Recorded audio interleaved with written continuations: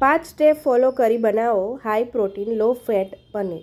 એકદમ ઇઝી છે. ઘરે શુદ્ધ પનીર બનાવવું પનીર માટે ખૂબ જ એકદમ ઇઝી રીત છે. તો ચાલો આપણે આજનો વિડીયો જોઈ લઈએ. પ્રોટીનનો સૌથી શ્રેષ્ઠ અને સ્વાદિષ્ટ સોર્સ છે. ખાસ કરીને વેજીટેરિયન લોકો માટે પ્રોટીન માટે પનીરનો ઉપયોગ કરે છે. પનીર ઘરે બનાવવું પણ ઇઝી છે.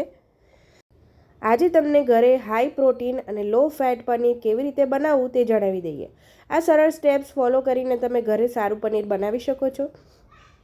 લો ફેટ પનીર બનાવવું હોય તો ગાયના દૂધનો ઉપયોગ કરવો.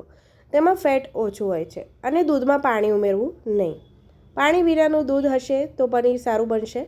દૂધને ઉકાળી તેના પર મલાઈ જામે તેને પણ દૂર કરી દેવી, જેથી ફેટ ઘટી જાય. ત્યારબાદ એક તપેલામાં દૂધને ફરીથી ઉકાળો. દૂધ ઉકળવા લાગે એટલે તેમાં લીંબુનો રસ અથવા વિનેગર ઉમેરી દો. થોડી વારમાં દૂધ ફાટી જશે અને પાણી અલગ થઈ જશે. ગેસ બંધ કરી અને પાણીમાંથી દૂધના માવાને અલગ કરી લો અને ઠંડા પાણીથી સાફ કરી લો, જેથી જે પણ કંઈ લીંબુનું ખટાશ હોય એ નીકળી જાય.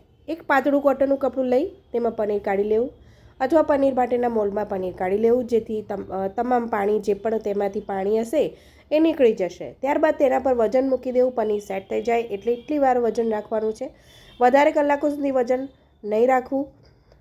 પનીર તૈયાર થઈ જાય એટલે એક વાટકીમાં ગરમ પાણી લઈ તેમાં મીઠું ઉમેરો. ત્યારબાદ તેમાં તૈયાર કરેલા પનીરના ટુકડા કરી 10 મિનિટ માટે પલાળી રાખો. આ પ્રોસેસ કરવાથી પનીર સ્વાદિષ્ટ બનશે અને સોફ્ટ પણ બની રહેશે.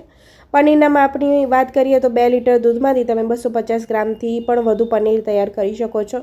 આ પ્રોટીનમાં 60 ગ્રામ પ્રોટીન હોય છે. સાથે જ આ પનીર લો ફેટ પણ હોય છે. જે લોકો જીમમાં જતા હોય છે, વજન ઉતારવા માગતા હોય છે, એ લોકો માટે પ્રોટીન લેવું ફાયદાકારક હોય છે અને એના માટે તમે લો ફેટ પનીર પણ આવી રીતે બનાવી શકો છો. જો તમે મારો વિડીયો ગમે હોય તો લાઇક, શેર અને સબસ્ક્રાઈબ કરજો. નોટિફિકેશન બેલ આઇકોન પર ક્લિક કરી દેજો. મારો વિડીયો છેક સુધી જોવા બદલ તમારો ખૂબ ખૂબ આભાર.